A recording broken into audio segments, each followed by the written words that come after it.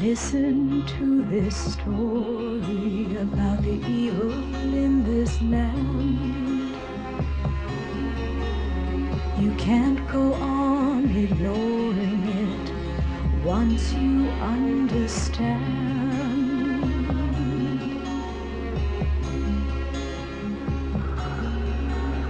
The man up there in his mansion makes profit from the poor, while soldiers march through the village to take victims from their doors.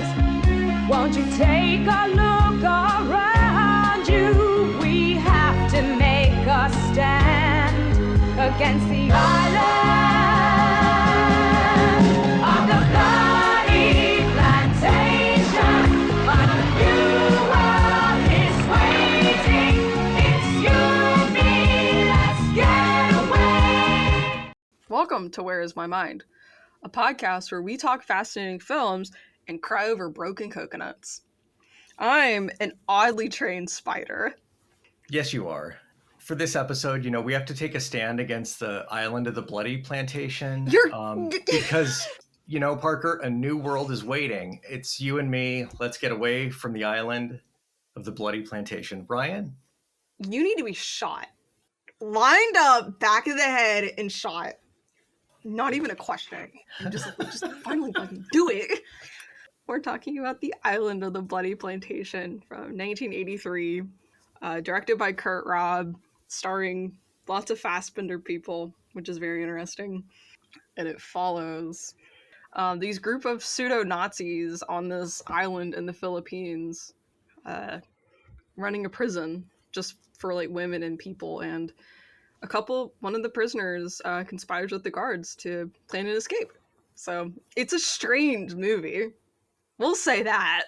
It has elements of kind of the women in prison type film of the 70s that was popular. I don't think they... And Nazi exploitation. It definitely has Nazi exploitation, yeah. The folks in this wear armbands that are very similar, although there's no swastika. There is no swastika. It's sort of this odd, it's like a floral print, kind of a strange... Floral print? It's like a tree or something. Yeah, it's like not like a swastika or anything. It's like a tree or some shit. Yeah, it's very strange, but it's like the red armband. Like if it's like first glance, you would think it's a swastika if you just like saw it. Like I found out about this through Udo Kier's IMDb page, like I do most things, because he is in this and he plays quite a central role, I would say. And similarly, my discovery was through Kurt Raab. After seeing Tenderness of the Wolves, that love of his acting started. And then it was weird because I was like, well, we got Udo also on board for this. This theoretically should be Kurt Raab's baby, right? Because he wrote it, he directed it, like he stars in it. The dialogue is a lot of Kurt. I mean, if you're there's a good bit of Kurt, yeah, it's a good bit of Kurt, yeah, it's pretty talky.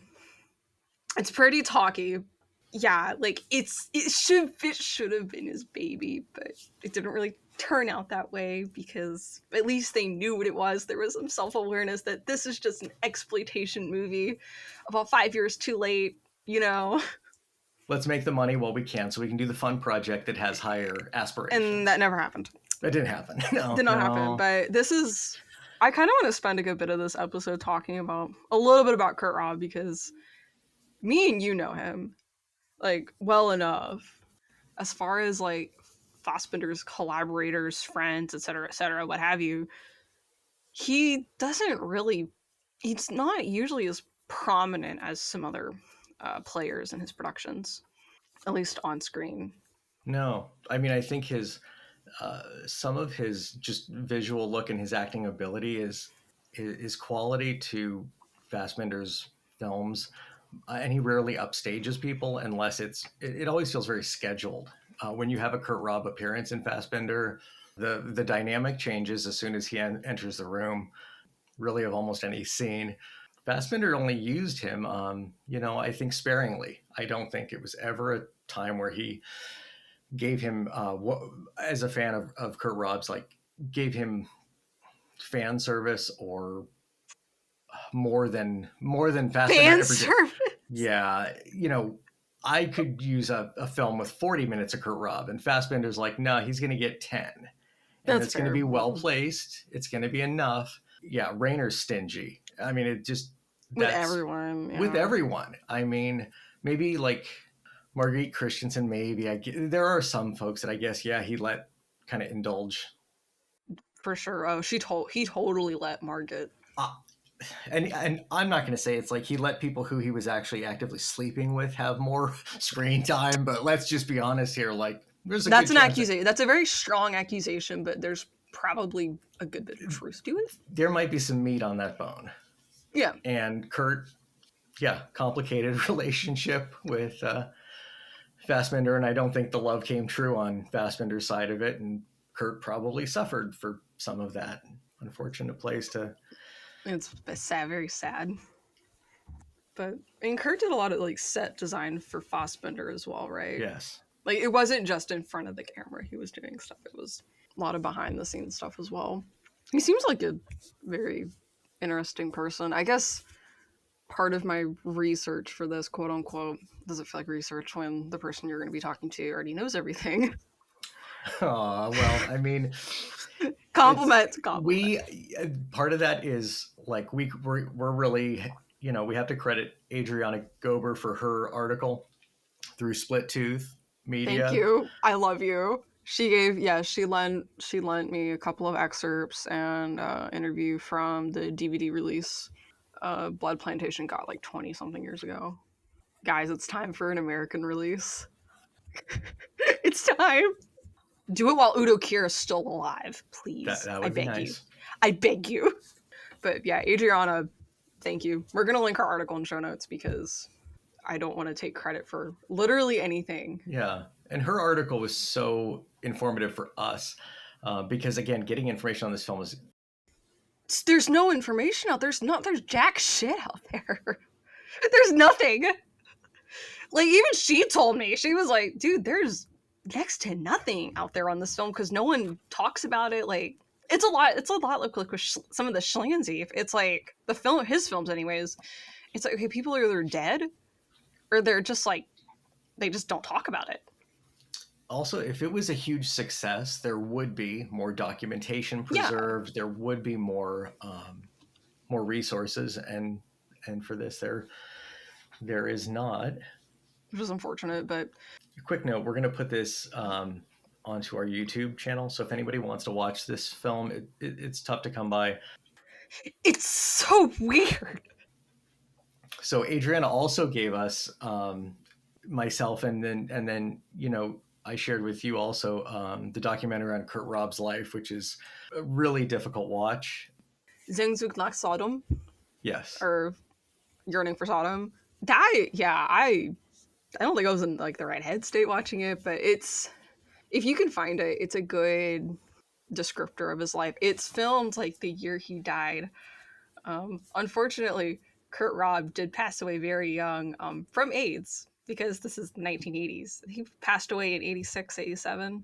And he was only 46 years old, and the documentary has clips of him later stage of his career, but still kind of prime of his life, and goes through really gripping the end stages of his care and of his life, and it's very difficult.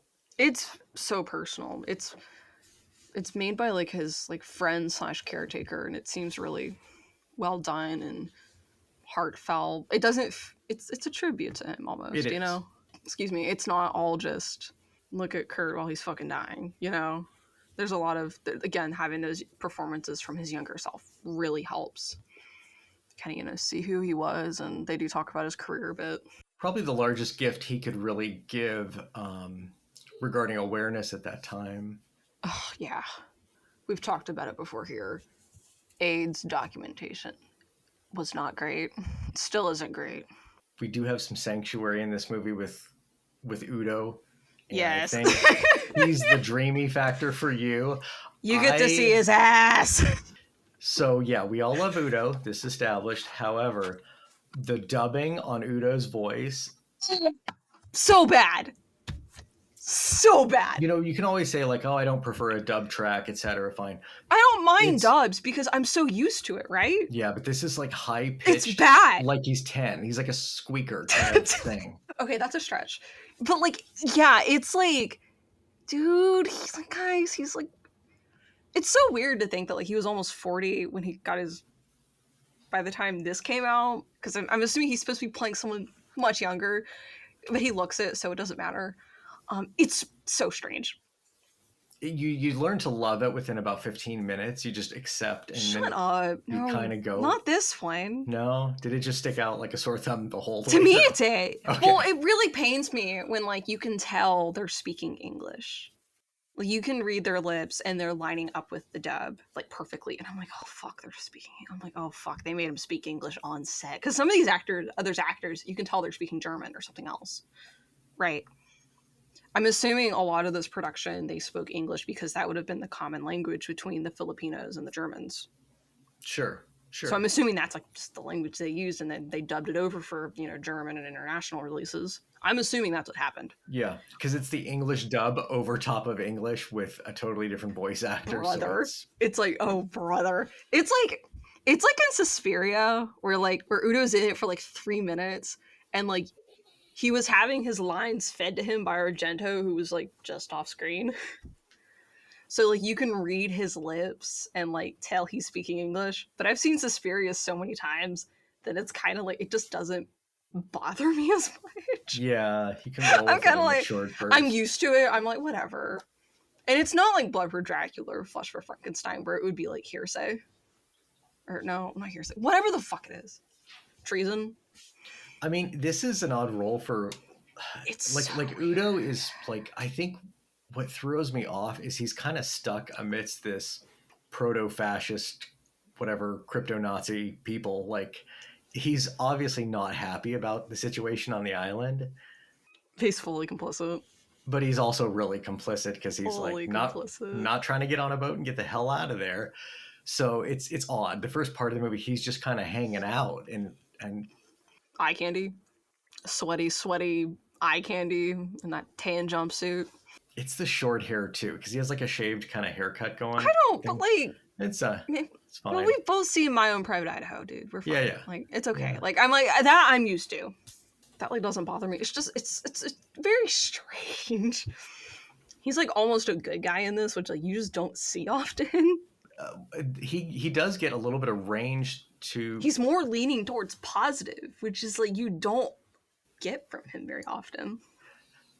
Yeah, for sort of a bleak film. I mean, he really is sort of our one person that is attempting to avoid harming other human beings. So Bleak is a stretch, man. Like, this movie is so much happier and nicer than other Nazi exploitation and women in prison movies.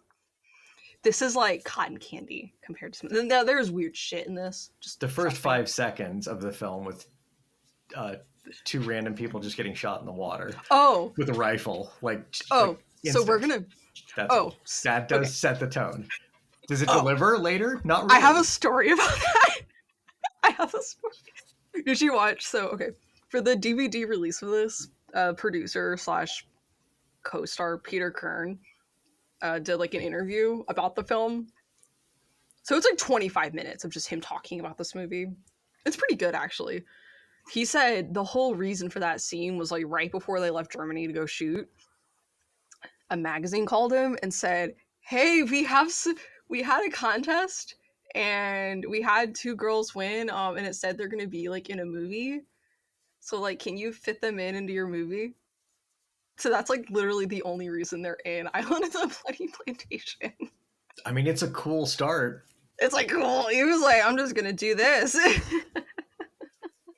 Part of the problem is that when you start off so hot like that, It sets an expectation. it sets expectations that I enjoy. This movie actually doesn't deliver. There's like a chaste quality. No, it doesn't. We were calling it like the hold back. Like this thing holds back when it could go and do terribleness. Which sometimes that's a saving grace. Because there's because this is in that genre, there is quite a bit of sexual assault, implied sexual assault, stuff like that. This film never shows that sort of thing head on, and that's kind of nice. Presence of it is just ew. No, you know, Yeah, there's a looming like aggression component to. just like holy fuck. But like we're on like this sunny island, so it's like it's weird. It's a weird amalgamation of things. Yeah. So who else was in this movie besides Udo Kier and Kurt Raab? Because we could be here all day talking about that. Olga. Olga. It's a great name for a dog. You But know, I'm not Elsa. even yeah, I can't. you can't. Frozen. Because too many people are going to be like, oh my god, like the Disney character? I'm like, no, She-Wolf. No. The other. Explaining that to your vet would just be very difficult. You start talking genre film with your vet, the glazed eye, the glazed over look is going to happen immediately. That's what happens with most of my family. It's honestly, I was talking about some Hitchcock and like M with my mom the other night, and she just went completely like gone. She was like, "That's nice, sweetheart." And I'm like, "Thanks." I'm like, "Thanks. This is what I feel comfortable talking to you about." Let's talk about Olga. I like Olga a lot. I like the character a lot. I just don't like, the... It's Barbara Valentin, who was also a Fassbender collaborator. She brings that Several of his things. like she brings that big energy of the sort of domineering taskmaster. But she's not in charge. But no. She's not in charge. Glabashnik is our Glabashnik. number one. Yeah, Carl Otto Alberti, who had some backgrounds, who, he had been working in the industry at this point. He has credits. I was like looking on his letterbox, and he has credits in The Great Escape and The Damned. And I was just like, cool. But like most of his credits are like he's like an officer, like a police officer, or like an SS officer, some shit like that. I told you that he looks like the love child of Charles Gray from James Bond fame and Rocky Horror Picture Show, and George Peppard, because Peppard, I love him. A bit of that look. Like A-Team George Peppard, not yeah. Breakfast at Tiffany's. 100%. 100%. We love some Peppard here. We already talked about him, and then of course we already talked about Peter Kern a little bit. He has like a bit role in this. I don't know why he's credited as like third billing in this. He's like here for like 5 minutes, and then he financed this whole production. Again, whole nother can of worms. But like, yeah, it's like an acting credit. I'm like, yeah, you don't deserve this. And then Karina Fallenstein, who you may not know that name immediately, but anyone who likes Christoph Schlingensief knows that was Clara in German Chainsaw Massacre.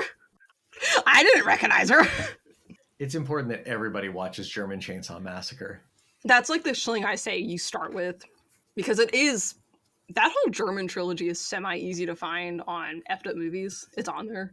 So it's like not like you gotta reach into like a gay porn site for it or anything like that, but I mean it is Schlingensief. You are going to be assaulted. I was going to say also, Peter Kern's films are really worth exploring. They're interesting. They're not always, it's not for everyone, but there's good stuff there. He's a talented guy and quite the character. Yeah, he of course worked a lot with Schlingensief and Fassbender and all them. So it's kind of your main crew on this film as far as the Germans go. This is, I think as we said before, this is a co-production between the Philippines and Germany. And that went well. That went really well. Yeah, it went swimmingly. Everyone participated. It was awesome, great, amazing. No. Nobody was drunk on the set. No one was drunk. There wasn't any hijinks of hiding. There was no sabotage. There was no None. like legal proceedings. None of that. It was this amazing production. I mean, Udo likely committed crimes to get this film made. Like, potentially in Filipino law, he may have. Yeah, as far as the Filipinos are concerned, Peter Kern is a wanted man. I think he's dead now. And this was during Marcos' regime, so it wasn't just like there was 10,000 shoes in a closet, but bad things were happening. 10,000 shoes. Yeah, Imelda Marcos. It's her shoe collection. I only know that from RuPaul's Drag Race, dude. I need to show you this, man. I need to show you fucking season 3 Snatch Game. I don't even want to say why I know about Imelda Marcos's shoe collection. Say it. We're gonna cut it. It's okay. It's just from studying bad people. Dude, okay, one of your favorite movies is fucking Dogs Don't Wear Pants. So I don't want to hear it. Beautiful love story, hands down. Yeah, I mean, you can have your opinions. The production was a shit show. We can say it. It was a shit show. Basically, like, the first night, I think they were still on the mainland. The Filipino director / producer just told Peter Kern, like, so you're paying for all this, right? And Peter was just like, what? So basically, he'd been lied to. From, like, then on, there were legal proceedings to try to get people out, and the Filipino crew completely sabotaging the German crew by, like, just giving them very bad service. Very long days. It just sounds like a terrible time. Well, some of the legal proceedings that went through that specifically had the director trying to get film equipment. The stuff that film equipment confiscated. They couldn't. It was like Peter Kern's like, dude, I don't have a tripod laying around. Are you kidding me? Udo taking and running some of the... No. You have to like start from like...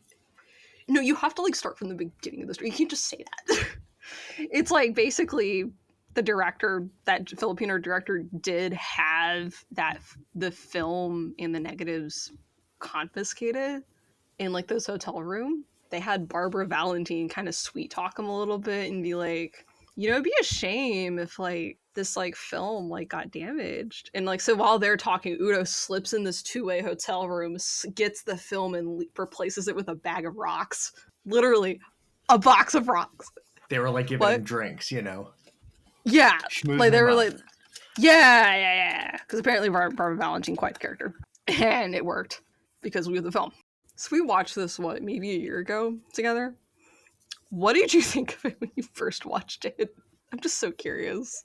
Because I was on a caffeine high and I don't remember jack shit. I mean, I had watched it once before, naturally, so it was a rewatch. Somehow! Which I was like... Miracles happen. And it was within probably a few weeks that I insisted you watch this, because it is so strange from any of the regular genre film that's similar to this. So part of that's the Kurt Raab writing and dialogue is often really, really, I don't want to say that it's stilted, but it's unusual. And it's not just the subtitles and the translation or the dubbing. Basically, Kurt at times just doing his own interpretation of different groups of people to then talk as though he thinks they talk. And the first noticeable, I mean, this is jarring, the first 10-15 minutes, So weird! he starts saying, I mean, he has the cast members amongst these like Filipino. the fascist weirdo people. They just constantly start talking, saying like, Let me find the quote board. Let me find it. Because, like, you said, come on, Cora, you treacherous slut. Kurt's kind of cattiness. And he's like, come on, you bored-ass females. Come on, you cheap little hookers. I'll oil my horse between your buns if you don't watch out. What? It's like, yeah, it's so strange. And Kurt then, like, some of the dialogue is really profound, where it's like, inhumanity is immortal. And it's like, oh, damn it. Brother was smart, but I don't think this is like crap being lost in translation. I think this is just him not knowing how to write or not knowing how people talk. Or how they talk. Yeah, because there's kind of these weird, like, sexual slurish moments where Oh my God. he's just, like, saying, like, terrible stuff, like, don't use that antenna for XYZ. And it gets really weird really quick, and it doesn't track with... What's actually happening on screen. Not at all. No, because it's like on screen. Not that this is like some little kindergarten movie and like there's no nudity. No, there's nudity. There's tits. Relax. There's like an extended whipping scene. Like there's stuff. There's weird shit that happens. But like oftentimes when like he has the opportunity to like go all the way, you know, or like be gross and disgusting, he doesn't. Yeah. And again, if you're like, sometimes I'm fine with that. I know some people are kind of like, no, give me all the crazy excess, whatever. And I get it. Like, I'm that way with certain things. But honestly, I'm fine, like, with it being like this. I will have referenced Tenderness of the Wolves because that's also a movie that could be like insane, disgusting, horrible, but it's not. You know, I mean, it's still pretty. It freaked me out a little bit because it's still like a serial killer who's working with the police, who's also like, you know, murdering young boys and drinking their blood and like selling their meat to people. Okay, that sounds weird, but it's like it's a very disturbing concept, but like it's not just in your face. And Island of Bloody Plantation does that same thing. It's just, it feels like there's like Nazi exploitation, especially once you've seen stuff like Gestapo's Last Orgy and Salon Kitty. You're like, oh my god, there's like an expectation that it has to be dialed up to 11, you know? Yeah, this film it's odd because they only emphasize some of that genre in a handful of moments, and it's almost as if they were to just put on some sort of different uniform that and had no ties to that, they would just be like really terrible and unique. But instead, it goes a little bit cheap to do the Nazi exploit thing, and then the women in prison, and then like the, you know, it's a little, I think it's almost a little bit of a misstep, but And it throws in like classism too.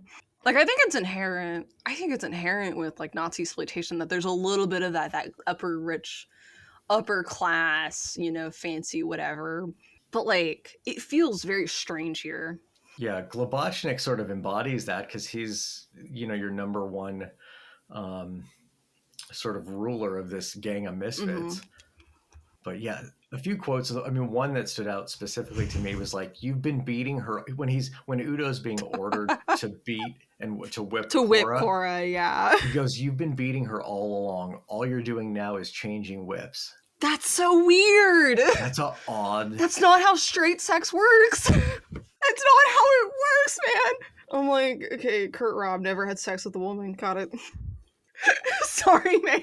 Even there's a lot of that where the moments that that seem very legitimate is sometimes the dialogue Kurt's character has with like these young people that are his like little minions. Like that seems authentic. But it's weird. But it's like, why is this? It's like Solo. Yeah, he's a bit cult leadery. You know, he's like he wants to be in charge, and so he has little. So he has like these young prisoner locals as like his little henchmen, slaves, whatever, and like, yeah, I'm sure they have orgies all night. Like, it's weird. It reminded me of Solo, but it's an easier watch. It never goes there. It never.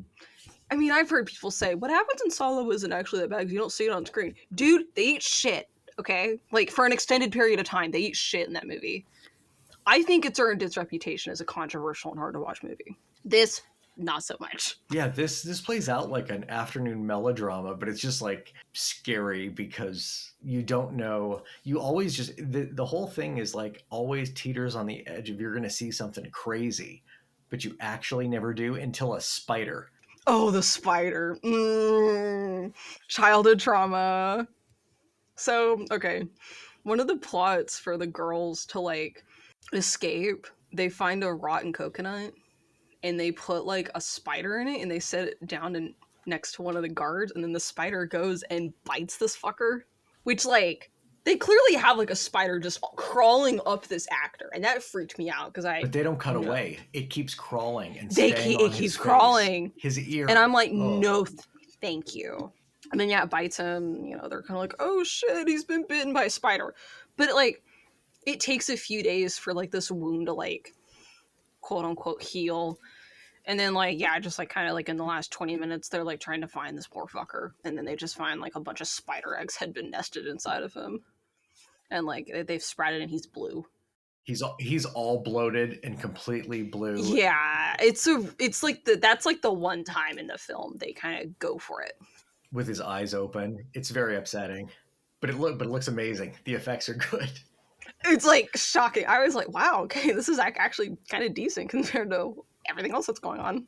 I think I wrote in my notes, like when the guy initially gets bitten, Udo runs up to him and like, you know, like the belief that like you have to get the infected blood out immediately. Yeah, so he Udo does that starts by mouth. kissing his neck. Yeah, I was like, this is an excuse for Udo Kier to kiss a man on set. I was laughing so hard at this because I was like, there's no way you can deny. You know, Kurt's like behind the camera laughing, like, and so you have to be a straight guy in this, but like, you can kiss this man. Give him like neck kisses. It's weird. Also, maybe a nod to Blood for Dracula. I like to think it is. I think so. It's just being like, you've played a vampire forever, right? Yeah, do it here. What do you think of like all the different character dynamics and like all the... There's a lot going on with this plot, right? There's a lot of things happening that he decides to focus in on, like on everything. And it's hit or miss, really. Yeah, sometimes you wonder if it's just like a degree of like micro focusing that takes place where there's talky bits and sequences that go way longer than a normal film would tend to do in this genre. So I mean, I really enjoy it for that reason. Now the flip side, of course, is that the plot's pretty simple. Is like there's an uprising, the folks that are being enslaved and abused are going to rise up. It's like we see all of this coming. We know it's not. I joke that this is like Udo Kier's Apocalypse Now, which is kind of true, right? Because he's amidst the jungle and there's a fucked up leader, right? There's a fucked up leader. His name's Globochnik. He's an asshole, basically. I know at least one person you've hooked with that alone. Yeah. That might go on to a post and say, do you like Apocalypse Now with Udo Kier? Check this out. There's exceptional moments about the film that take really weird tangents that I really liked. And I don't know that everybody would as well, but like when Kurt's character gets this weird religious fanaticism kind of thing. And out of what started the real... I don't think I wrote that down. I was like, why are we talking about this? Why are you like this? Because he already is like very strangely religious with these, like, I'm gonna call them boys. I'm sure they're like 18, 19, 20. Okay, they're not children. But they're his lackeys, like, and it's like a cult leader thing, but then he gets really religious, and it's like when they die, when they're killed, he gets like really religious, and it's like, dude, get off the meth, man. Like, what's going on? You know, get it out of your system, dude, brother. Like, what happened? Yeah, that's really what started to like tip me into the Apocalypse Now influence on this film. Okay. Because it's like once you see Colonel Kurtz like talking philosophical, sweaty in the jungle with, you know, you're not gonna ever not. Yeah, you're gonna feel like, okay, this is a new thing that's been done. So I think it's like revisiting it in this film. There's other parts that are much more like an action, an afternoon, like, I don't know, Magnum PI type action show where this comes across in like these odd segments to try to make it an action movie. But it fails. There's not much action. And that's okay. Sorry, guys. It's weird to say it's I'm okay with it. Yeah. I'm okay with it. Yeah. But it's like, man, what the fuck? The use of little people to like run around and sing songs and praises to Globochnik and Olga. What the fuck? Why? How did they get these actors? It's very Jodorowsky. Well, you watched Tiptoes. I guess you're the expert. Tiptoes is a slight against God and humanity with Gary Oldman false portraying little people. It's the worst fucking thing I've ever seen. We've never talked about Shame Ryan's on height. him. We've never talked about Ryan's height on this podcast. He's actually like 3'5". It's only emotional. It's an emotional height. Yeah, I had questions. I was like, I really hope... I'm just like writing stuff during watching this, right? I just kind of wrote, I was like, I hope they're not supposed to be kids. I hope they're not supposed to be children. Because there's no children in this movie. And I'm like, how do you have a bunch of women and a bunch of rapey dudes, but no kids? It's a little odd Uli Lamel didn't get a gig in this because he would have been cast perfectly. But there's a guy that looks like him a little bit. Yeah. And I watched with subtitles and I could never quite hear his name. And his name wasn't on IMDb or anything else that I could find. I'm like, gonna look. The subtitles referred to him as Sanchez. And I like the sound of that. Yeah, he's like really low crediting. Yeah. Even though he's in 40% of the movie, but yet Peter Kern is third billing. Peter Kern, it's like the third billing is in like 5 minutes. Yeah. It's so goddamn weird. Yeah, it's just a lot of choices for me. It's what happens when you fund the production. Also, Kurt's character's name is Pevney, which is just Pevney, which is like, man, he wrote man. it, so maybe you can go talk to him. It's not bad taste. I wouldn't call this bad taste, but it's just questionable. We're having fun. I like this movie a lot. Yeah, we unironically. loved it. There's moments toward the end of this film, and with that, we're not going to spoil or anything so much. Where did Udo get the bomb to like the explosive to just blow up the island? That's so questionable. Specifically, what the plot items that are left out have a lot of value because we don't get explanation, and I think that There's no explanation for jack shit. I love just, it. This I thing love it. happens, and I'm like, great. Some of us, do value logic, but like, what? I think it's just Kurt being controlling. He just doesn't care. He's just, I'm gonna go to the next shot, next scene. Yeah. You can put it together, but you can't. And No, you can't. I think that's There's only so much that can be done in the editing room, man. Yeah. There's a lot of like Euro horror that's similar where you just can't try to piece. Cough, cough, Jess Franco, cough, cough. You gotta you have to stop. You have to stop, man. Or just like, I'm here. I'm good. From what it sounds like, from all accounts, this is a film that was very much made to be in the vein of exploitation, and that it was gonna be cheap, which is hilarious considering they traveled to the Philippines to make this. It wasn't gonna be very high effort, and they were gonna market it to Germany and the international market, and it's gonna make a big profit. So Kurt Raab and Peter Kern can make the movies they actually want to make. And that didn't happen because this movie, Peter in the interview says like it had like a cult following, and I'm like, yeah, I guess enough to get a DVD release, but like people in the States don't fucking know about it. Like, it's never mentioned. No. I mean, I think it's like a minor footnote. I think it's both genres. It was too late. It's just too late in the game. So you're doing Nazi exploitation. You're doing women in prison, sort of Fantasy Island-esque type scenario stuff. But the release date of this was, if you were going to pioneer this, you would have done it 10 years earlier. At least, yeah. Somewhere in there. Because Nazi exploits the 60s, starts in the 60s, peaks in the 70s. Yeah, in the 70s. Late 60s. By late 70s, it was fairly kind of wrapped. There were more, but it's a thing, I mean, any genre that has the highbrow and then the very lowest of base kind of stuff, I think it's like a range. It's cool. It's interesting to say the least. My friends are going to hear that and be like, what do you mean Nazi exploitation is highbrow? Well, I mean, I don't think anybody isn't familiar with the genre. Yeah, but there was within European film. There's this man. I don't know if you know who he is. He's Dirk Bogarde. Hey, now.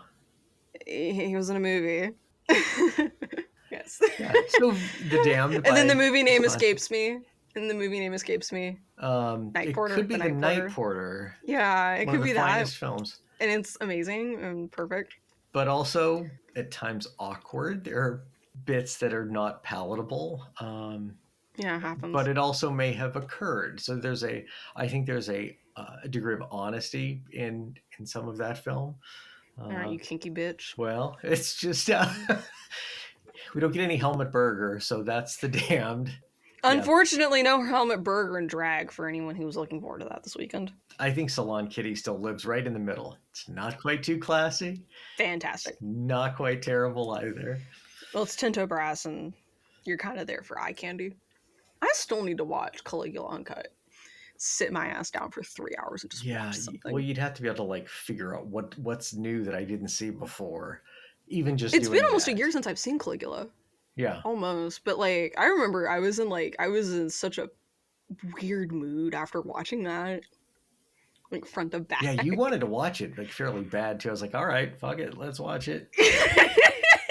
Even though I'm secretly going like, Satyricon. Why aren't we watching Satyricon? But that's, You're sitting there thinking, God damn it. Castration. It's the only solution to this sort of brain rot. There is no castration in this film, which is kind of weird. Somehow no. There needs to be, but somehow no. This would be one of those movies. as someone who sat through Traces of Death 3, saw multiple circumcisions and castrations of many children. Yeah, how is there not a single, like, you've been fucking one of the guards? You both get castrated. I mean, the kink factor of this film is Olga forcing Udo to make sweet love while his betrothed is unclothed and forced to sing. Singing. Yeah, what is And that? then it cuts away before they get, because then she's like, she literally says, like, we're gonna do a trio number, and I'm like, what the fuck? And then it cuts away, and I'm like, I thought it was going to be a musical number, and they were going to do a song and dance, do a Busby. I wish. Everyone listening to this knows my thoughts on Udo Kier. I wish it had just done a song and dance number and just moved on. It'd be amazing. Instead, he's just like all sad and crying, nude on top of Olga. He's basically being sexually assaulted. No, Olga's just like a Ilsa wannabe, essentially. She's basically cucking Glabachnik because she's trying to sleep with Udo, and I'm like, dude. And she's after him. Bad. Yeah. I mean, real bad. And she's got big ass teeth and big broad shoulders. I mean, she's Hulk. She's a hulking, Ilsa that can she could put probably 2 Udos on her back and start running around. And that's probably a thing. Somewhere out there. Oh, yeah. It's very strange. Yeah, no. We haven't even talked about Kurt's silk robe that he just pulls out in the middle. Oh, man. That's classy as hell. That's got to be a Fassbender holdover of really nice pictures with decent costumes and a decent budget. There are sets in this that are really beautiful, but then terrible things happen in them. It's like decent. Yeah, it's like a decent looking movie. Get the scuzz off it. There's no other film like it also. I just don't think there is. We've watched a lot of Thankfully, films, you don't feel gross watching it. No. I mean, there's moments where, like, philosophically, some of the dialogue has like some importance to it. Ryan, we haven't even talked about how Olga's daughter just shows up and is like, I have to find my mother. Yeah, that's the Miami. That you're like, what? Like, my dad. I found my dad. My dad. You're like, what? I found my father, and it's like that's what this movie does. It's like all of a sudden, it's about that, and I'm like, you need to leave. So the girl that arrives on the island, we don't really know kind of the hows. Why is she even there? How she does get there? It's so weird because I just have questions. A lot of things just show up. So we got Eva, who actually is Olga's daughter. And, like, she's fine and everything. She doesn't, like, she's fine. It's just weird things happen to her, and I don't know, those little Filipino boys are rapey and gross, and then they all die. So that's cool. And then Kurt Raab is, like, sad. That's how that works out. Just be like, but it's Kurt. If that makes sense. And it's unique. And that's where unique points to the film for... It wasn't trying to rip off anything.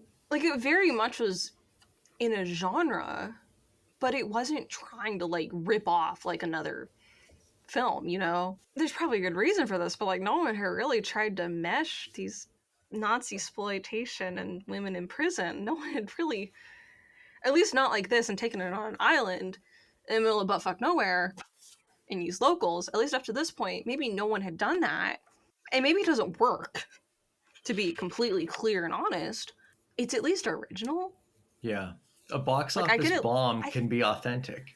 Yeah, like, I give it points. I'm like, it's ambitious.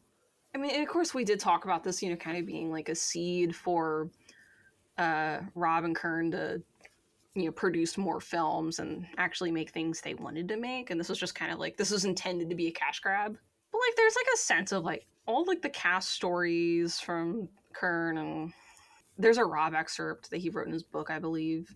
It all seems like very, like, it was very much like a team effort, if that makes sense, on, like, all the German crew. And a reunion of people that really cared about each other. So that is something that post Fassbender's death. Because Fassbender died what? 82? This is released in 83. I think so. Math is hard. I know Curel is 82. Or like that. But it's just... Yeah, so this would be... Yeah, so his death would be in June of 82. Okay, and then this was 83, probably, like, so... This is probably shot pretty soon after that.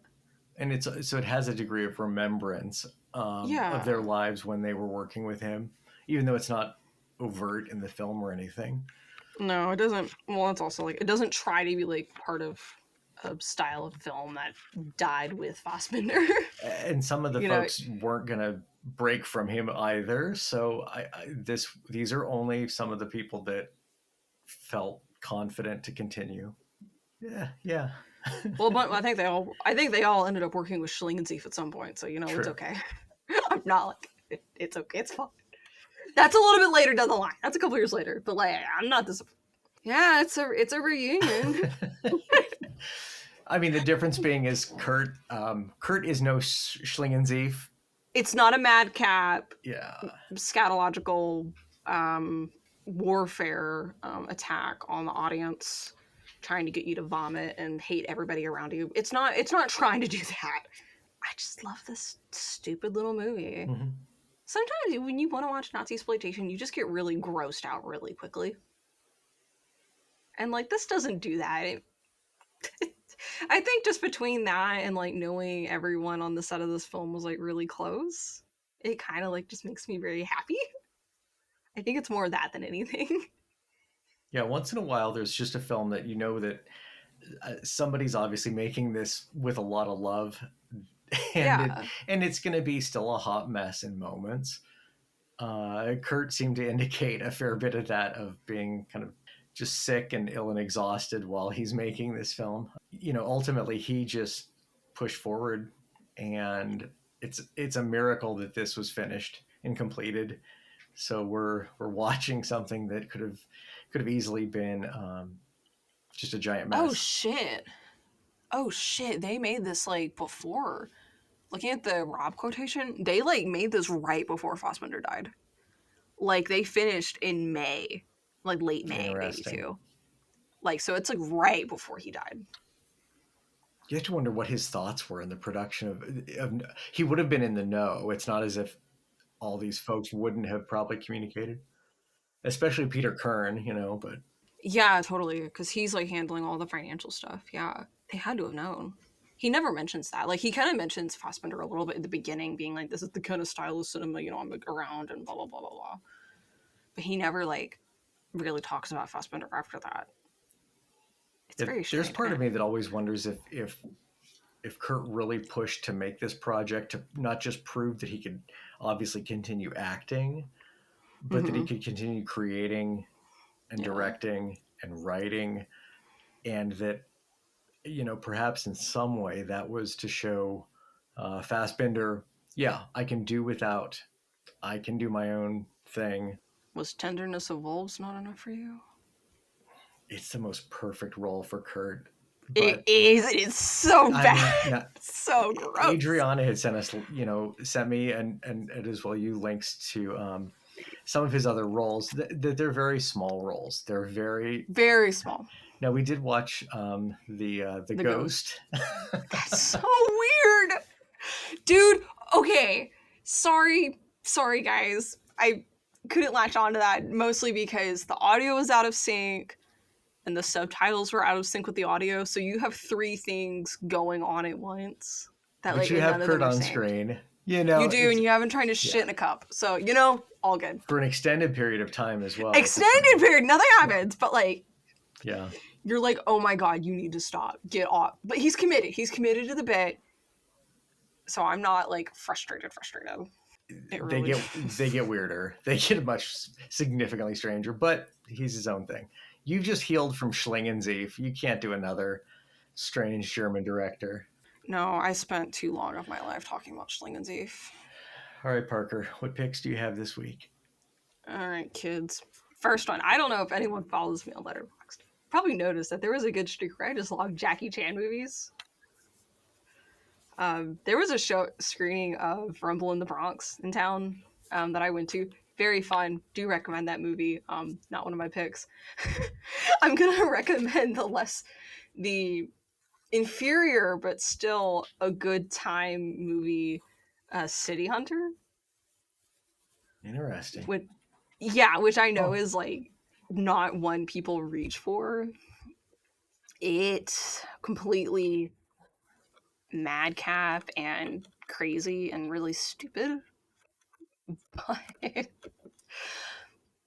it's a good time. Honestly, I'm not going to pretend to be like an expert with Hong Kong and like their film. Okay. I'm just to a point with them where I like what I like, and I enjoy City Hunter, even though it's completely Looney Tunes, slapstick, womanizer bullshit. And it has cross-dressing Jackie Chan. So I'm not complaining. Right? Is that the one where he had the shirtless arm? No, he's Chun-Li in this. He dresses as Chun-Li. Okay, that's From much Street Fighter. different. The shirtless arm is crazy. Shirtless arm? Yeah. Well, he wears sleeves in most of his movies, man. Without the sleeves, it's just different. It just hits different. I don't think he has sleeves in this either, so I guess you're not wrong. Okay, that's fair. No, it's madcap fine. I'm not gonna sit here and say it's like a classic must-watch, but I like it a lot. Ended up being kind of one of my favorites, even if it's not that good. Next is an Italian film. I think Sam Deegan listening to one of her episodes of Eros Plus Massacre, listening to one of those older episodes, I was like, fuck man, I gotta watch this. It's Mario Bava's Shock. Ah, great film. Yeah. Good fun. I know that's not one people reach for when they think of Bava, right? Because you're thinking, Blood and Black Lace, Bay of Blood, And Black it was Sunday. kind of for Lamberto to get his real push forward and have the old man pass the torch a bit. Yeah, no, Shock is just like... So whatever rip Tubi has, fuck you, get the nicer version because this looks terrible. But come on, like, you have other movies from Arrow and they look fantastic. What happened? That being said, man, that movie is so... I love it. Yeah, I mean, for Daria Nicolodi, it's her most prime role. It's amazing. I mean, we can talk about Deep Red all day, but like, I kind of like her more in this. I feel like she's more memorable in this. And John Steiner is top of his game. Yeah. Absolutely, like, dialed in. And that little fuck-ass kid. That little fuck-ass kid that's so creepy, and I hate him. Yeah. But I had a good time.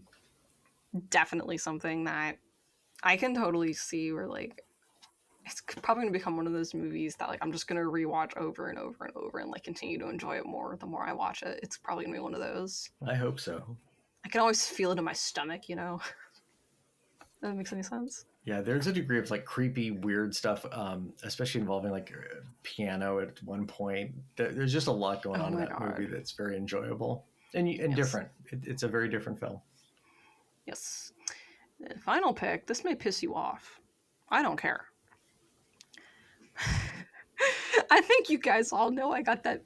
You guys know I'm probably very mad that they removed all of Bill Hicks' specials off of YouTube for some fucking reason. Scandalous. I don't know. I'm assuming. I mean, I'm gonna be nice. I'm gonna assume it was his. I'm gonna assume it was his estate. And it's like a rights thing. Whatever. That's fine. If it wasn't, you can get fucked. Whoever did it, you can get fucked. Get.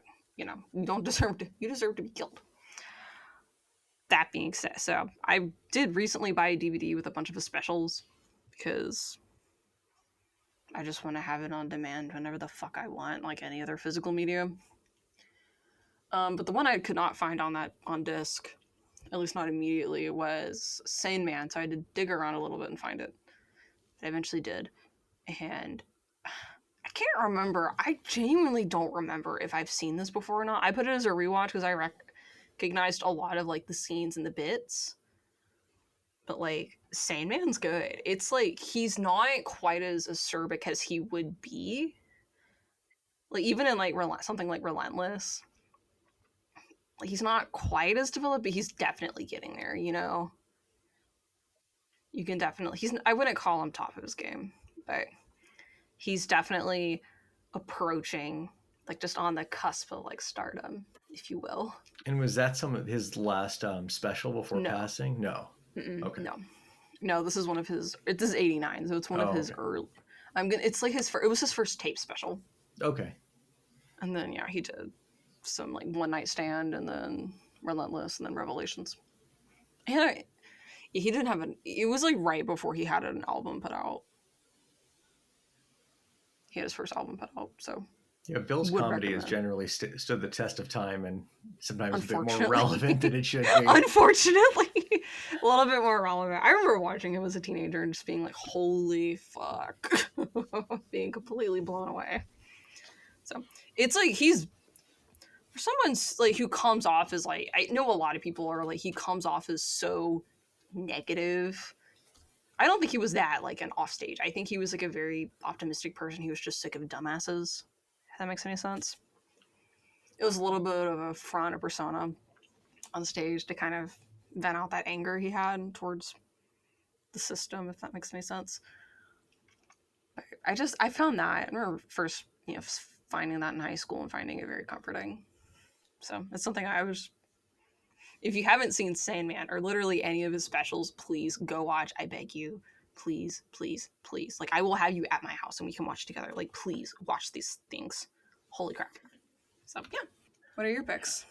So the first film is in the vein of the Carry On series. These all star Frankie Howard and directed by Bob Kellett, and it's called Up the Chastity Belt. So it's kind of this like quasi medieval comedy. They're completely like screwball style of comedy. So it's really light, but it's from 1972, and I highly recommend it. It's a very strange, just like light, something fun. I felt like I needed some more British comedy that wasn't. I had completed through the Carry On series, so those were done.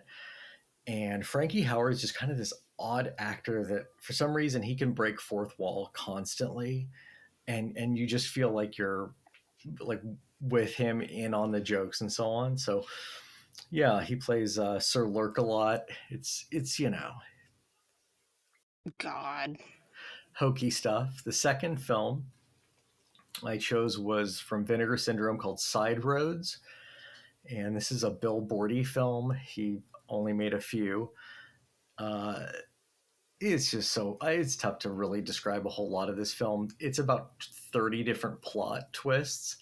So it has like a breakneck speed of sequences in a melodrama style. It's absolutely bizarre. It's one of the weirdest releases they've ever put out. I think it borderlines on like a 4-star film. I mean, I didn't give it that because I'm an asshole, and I gave it 3.5.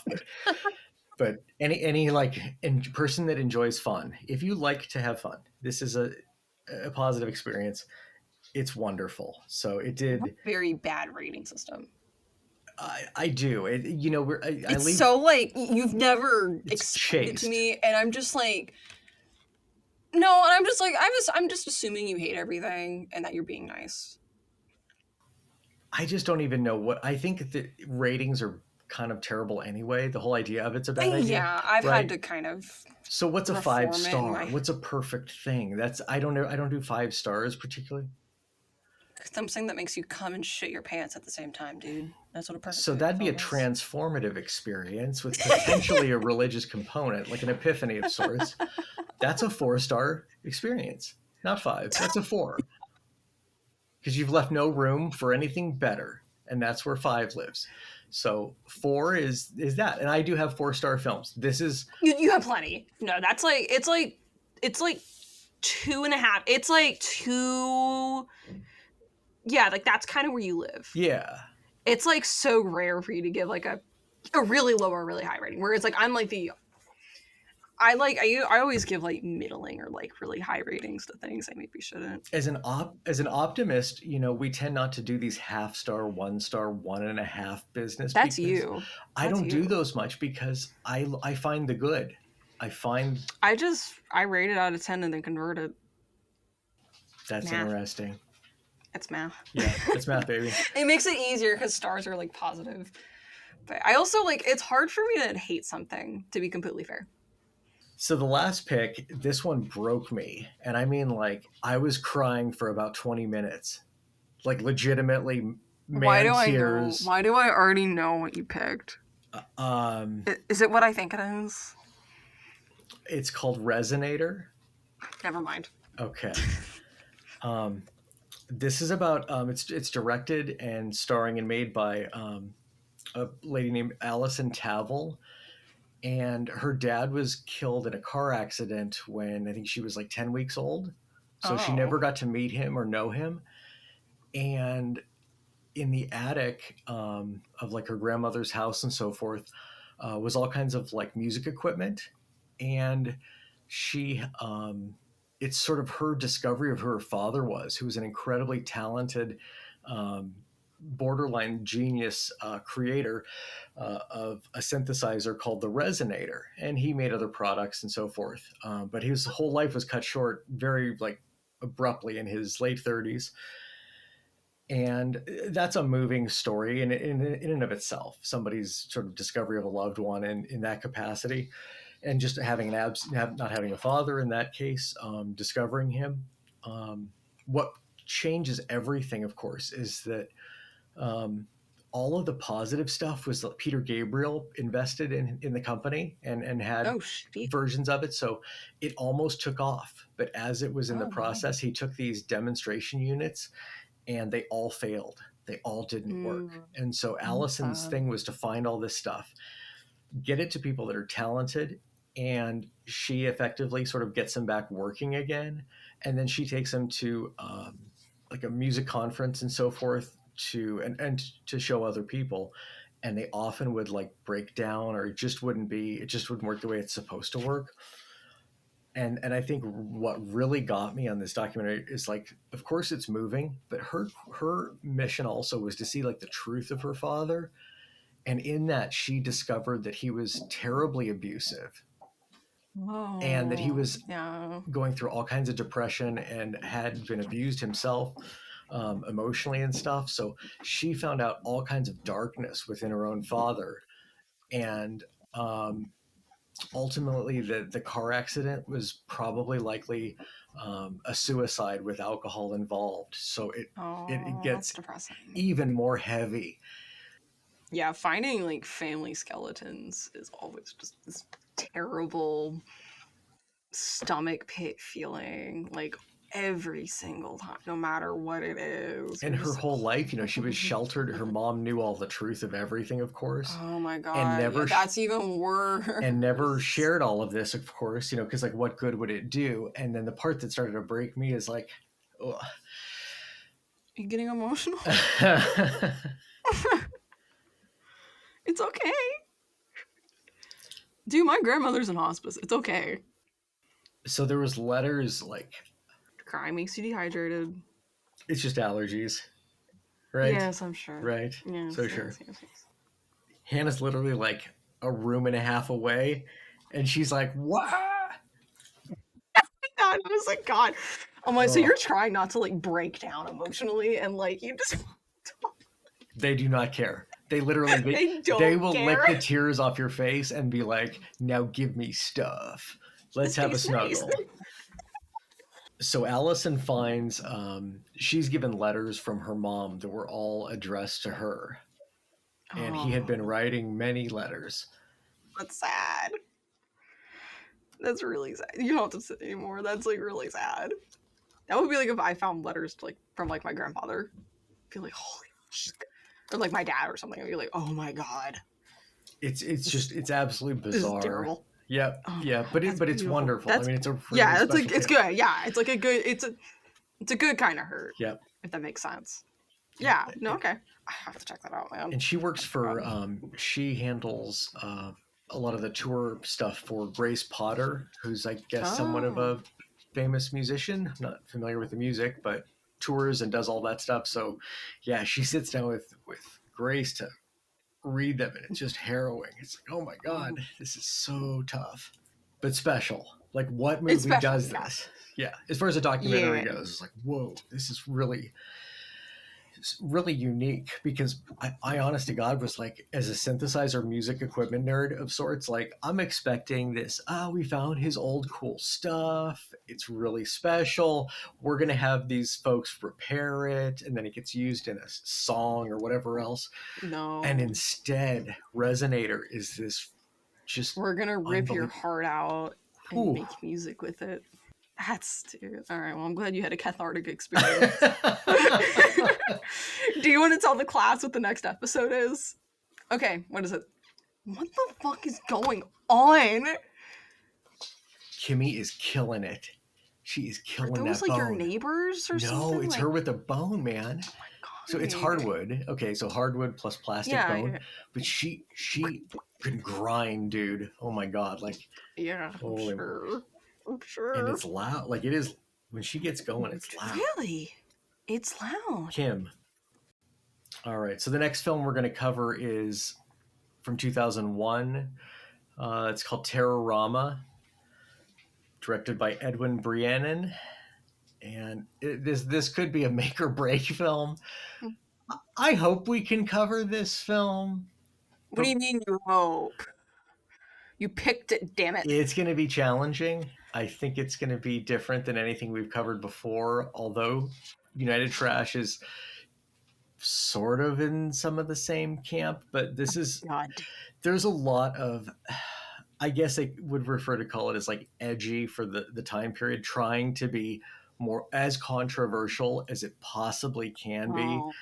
Yeah, so it's about 6 different mental cases and trying to get rid of all of society's norms and values. So welcome to the party, pal. God. Welcome to the party. This Bill Hicks might approve of it.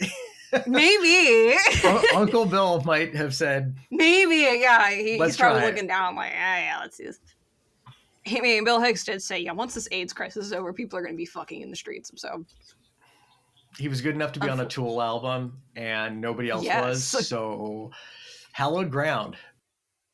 This is true. One of a kind. His subreddit is still active, which is always hilarious because occasionally you'll see someone comment on there like, do you think he would have been a Trump supporter? And I'm like, what rock have you been living under? Yeah, no. I'm like, I'm sorry, what?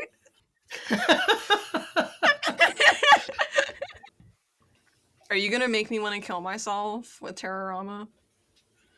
No. You'll have a great time. Okay. It's probably a 3.5-star film, and you're Terrorama. All right, that's next episode.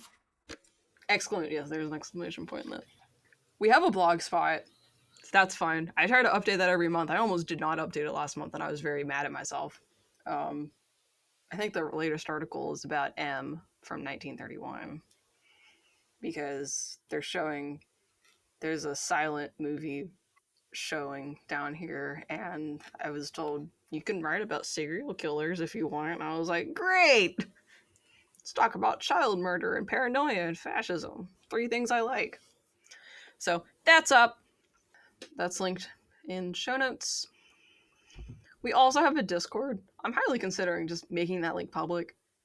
We'll try it. We're going to try that, and we're also going to put this film on YouTube, so yeah, and we chat and hang out. It's a good time. Good vibes. You can find me on Instagram and Letterboxd at parkit_BE, and you can follow Ryan on Instagram Letterboxd at Ryan_BMD. Thank you all for being patient. Somehow surviving. Yeah, taking 3 lab classes is a choice. Thank you guys for listening and sticking with us. We really do appreciate it. The wind is whispering a warning, a message in the night. But a better day for us is dawning. Can you see the distant light? Won't you take a look